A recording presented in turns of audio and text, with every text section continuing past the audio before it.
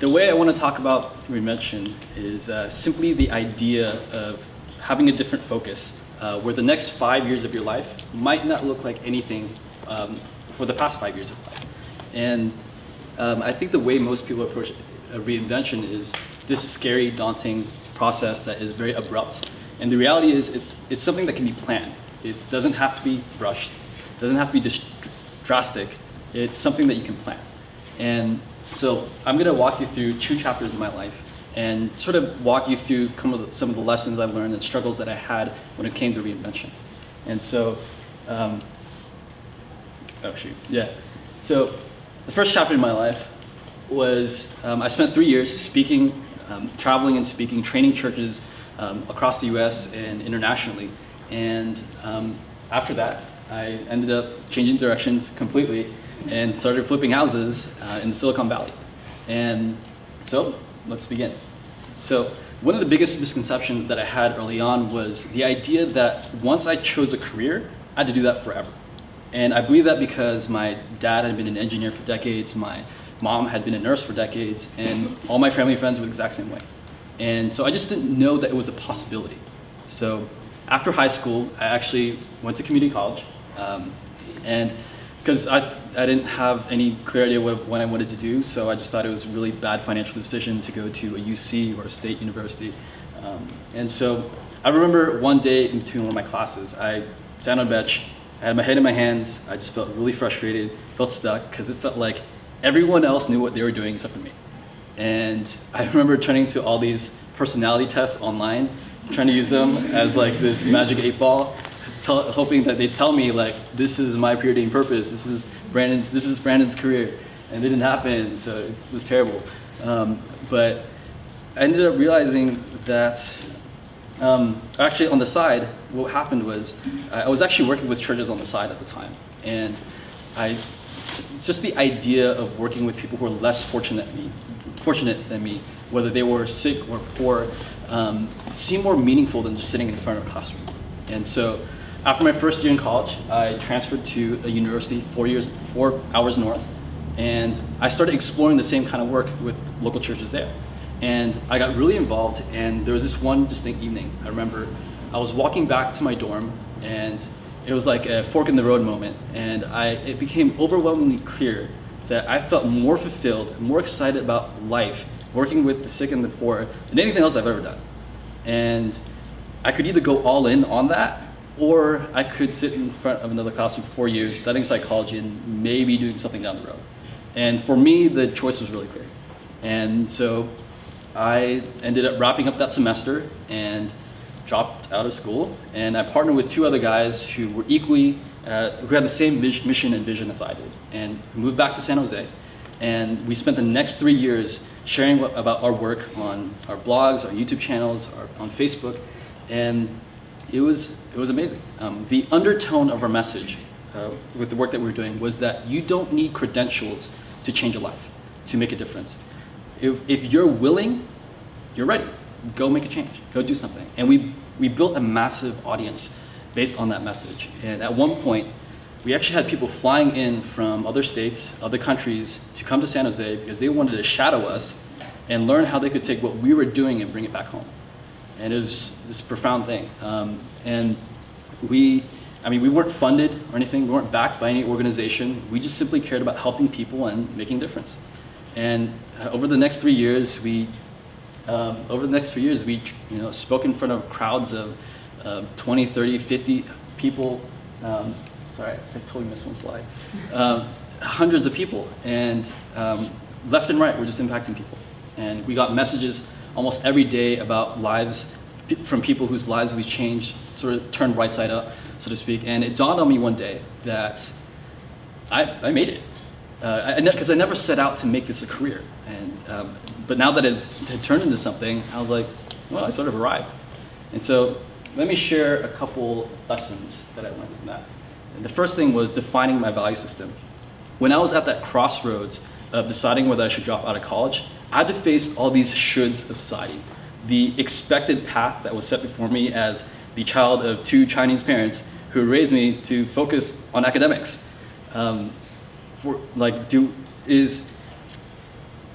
is pursuing this academic, like, do I follow this beaten path of something that I don't resonate with, or do I pursue meaning or purpose? Is financial stability more important than living a life of meaning?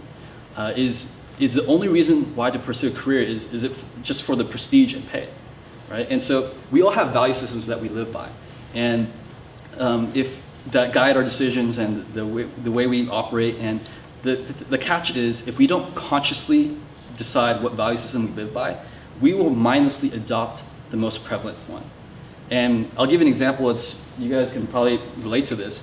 Is the beating drum in society is, especially for young adults and even teenagers, is it's all about crafting your life to impress people, right? We're all sort of, herded to compete against each other in this invisible popularity contest, and worse yet, we perceive ourselves and other people within this artificial rating system. And like Facebook and LinkedIn, or not even LinkedIn, sorry, Instagram, these are like perfect platforms for this. And the only way that you do not become a victim of this process of constantly being pushed and pulled by what friends say, what society says, what your parents say, what the media tells you should be important, is by taking the time to consciously decide what your own value system is. And a value system is like a compass. Knowing where north is for you means that regardless of whatever circumstances you're in or the people you're around, you know where you stand, and you know what direction you're headed. And the thing is, most people have a broken compass. Most people get swayed by the people they're around and the environment they're in. And so by taking the time to define for yourself what is and isn't important, or what is more important or less important for you, that is what will give you freedom and confidence to pursue your life, or pursue your own path without any hesitation. And so for me, as a 19-year-old, I decided that living a life with meaning and purpose is more important than what everyone else was telling me. I decided that money is a tool. It is not an indicator of my worth as a person. It is useful, but is not the end all. I decided that when it came to career, 3 things matter more than anything else. Autonomy, the freedom to say when, where, how often, how intensely I pursue something. Second, challenge. Am I in an environment where I'm constantly learning, exposed to new ideas? Am I surrounded by smarter people? And 3, a sense of community and belonging, where I'm, the camaraderie of working with people on a tight-knit team, going through struggles and victories together, and just being around people who are equally committed to a cause as I am. And so taking the time to define this value system for me was what gave me so much confidence to make, or it made it a lot easier to make pivotal life decisions for me. And so that's the first lesson. Second lesson is surround yourself with people who help build your momentum. Surround yourself with people who give you energy, not people who are naysayers, people who constantly question every move you make. So as I mentioned earlier, I grew up in an environment that had a very high emphasis, extreme emphasis on academic achievement. I went to Limburg, right? And extreme in the sense that academic achievement was used as an indicator and even a predictor of future success. And I didn't agree with that. I had to run against all these preconceived notions of what people thought. And so the decision for me to drop out of school to work with homeless and sick people, I wasn't dropping out to start a company, that was like committing cultural suicide. And so I didn't know that I was actually signing up for a 2-week argument with my mom, and because she believed and still believes that a degree is a prerequisite or a guaranteed route to financial success. And I believe, and she was pushing me towards that, so I appreciated that. But I believe that that was maybe true at a certain time in history, and definitely true for certain realms of expertise. But for me, not so much. I didn't think it didn't make sense given my direction. And so I ended up pulling the adult card on my mom, and I said, Mom, I'm an adult, let me make my decision, and if it doesn't work out in 6 months, I'll do it your way. And I immediately moved out, and because I knew I needed to surround myself with people who were like-minded, who could unconditionally support me, who had the same drive, same vision, same values. And so living at home actually would have been the best financial decision, but I knew it wouldn't be conducive to what direction I was headed. Third lesson is constantly explore. It was actually really convenient because I actually grew up in church. And so having my first reinvention be in a world that I was already familiar with was really awesome. It sort of reduced the extremeness, the abruptness of reinvention. And, because I had a year and a half to sort of test the waters, feel my way into it, ease in, and it was a low-risk reinvention, if you will. And the point is that even though I didn't enjoy what I was doing as a student, I still took the time on the side to pursue and explore interests on the side, and that became my escape from my day-to-day, but it also became the window of opportunity I needed to reinvent myself.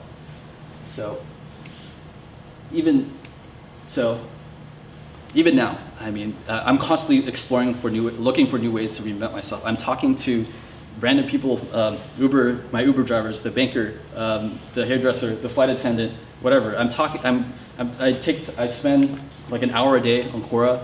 I make it a point to go to dinner parties, get meals with entrepreneurs, and go to potlucks with people who are from various backgrounds and have various stories.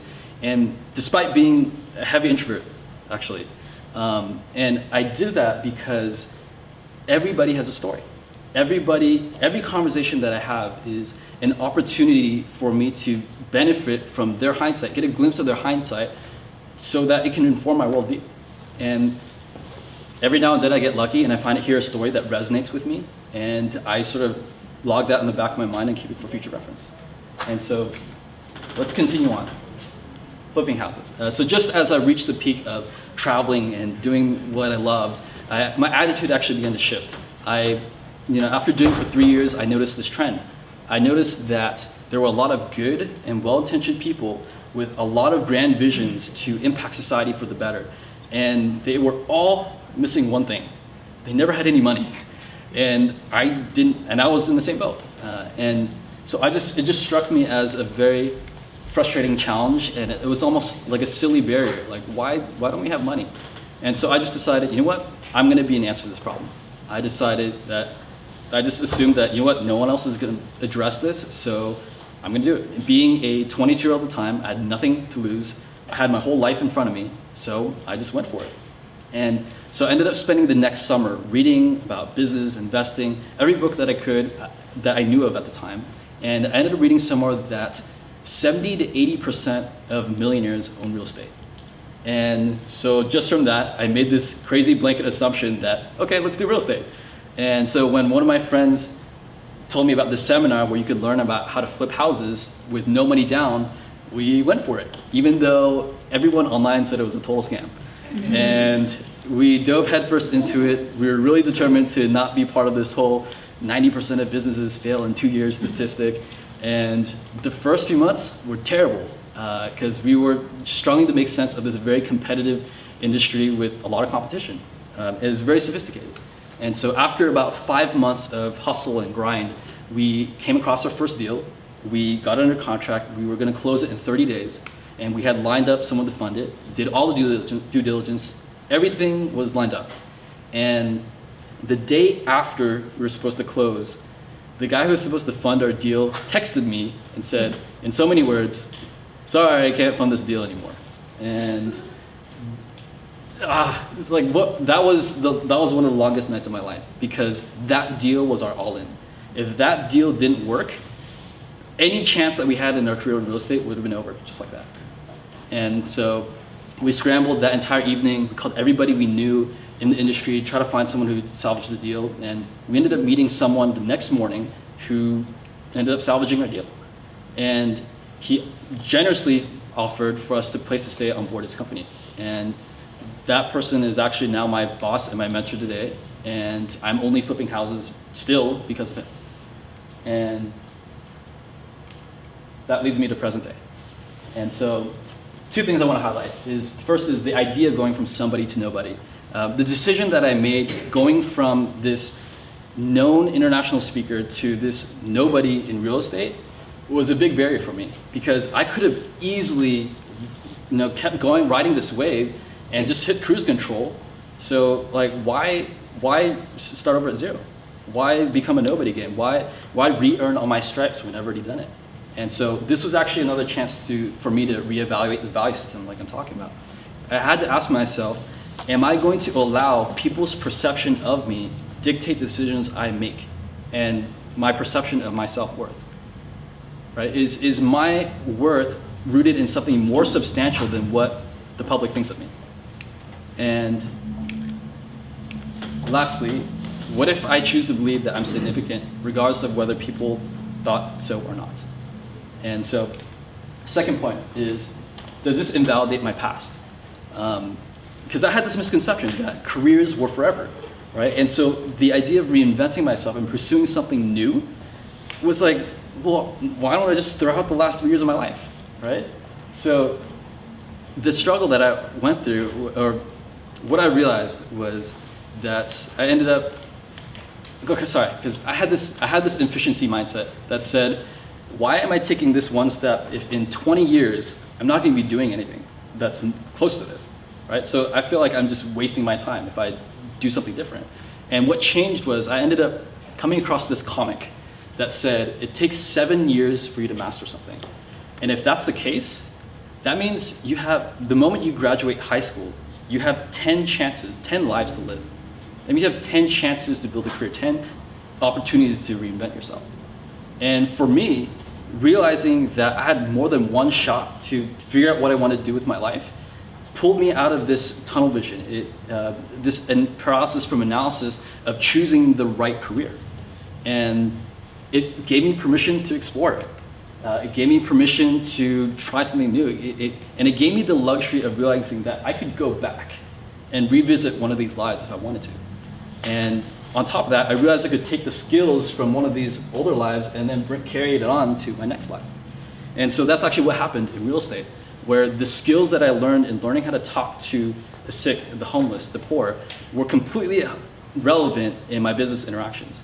And even today, my ability to just talk on stage is a byproduct of all these talks that I used to do in nonprofit.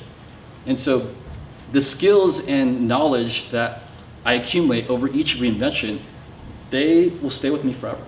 And so I'm actually really excited for my next reinvention.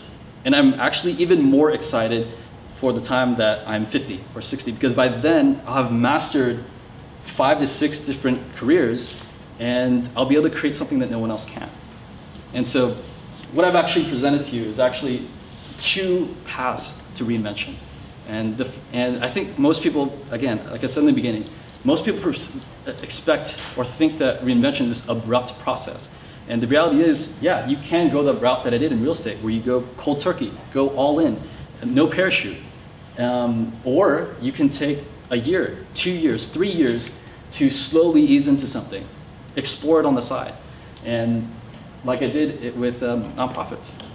And so second option is actually what is going to make most sense for most people. And so let me tie all of this up with just a 5-step framework for how I reinvent myself now. And so the first step is explore, right? There's so many people here, right? So ask people, and when you go off to college or wherever, just day to day, talk to people, have conversation, ask them, what is your career like? What do you enjoy about it? Why do you enjoy it? How did you get into it? And what is the big picture? What is it all leading to? And then second is validate. That's why I was talking about the value system, your compass. I'm always lining it up against, autonomy. Like, am I going to have freedom? Do I have to clock in, clock out? Because if it is, I don't want to do it. That's my value system. And I would continue with a sense of challenge and a sense of community. And then after that, try it. Take evenings, take the weekends to try something new. And then plan for it. If everything checks out, if 1 through 3 checks out for you, then start planning for it. Is it going to make sense tomorrow? Is it going to make sense 6 months from now? Is it going to make sense 2 years from now? Maybe 5 years from now? And once that all checks out, make the jump. And so this is a constant repeating process for me. I'm always repeating 1 through 3, 1 through 4, all day. And that's it. I'll leave you with one thing. I hope that with all these frameworks that you'll be able to see the possibility of creating your life within the framework, within the sandbox of your own value system, to create your own rules, blaze your own trail, rather than blindly following what society says or the media says. Right? I hope that this sort of I hope that you feel empowered to explore your options, to be curious, to stretch yourself, to grow, to give yourself permission to redefine yourself. And so I'll leave you with this. Be bold. Do things you care about. Think for yourself, because the best years are still in front of you. Thank you.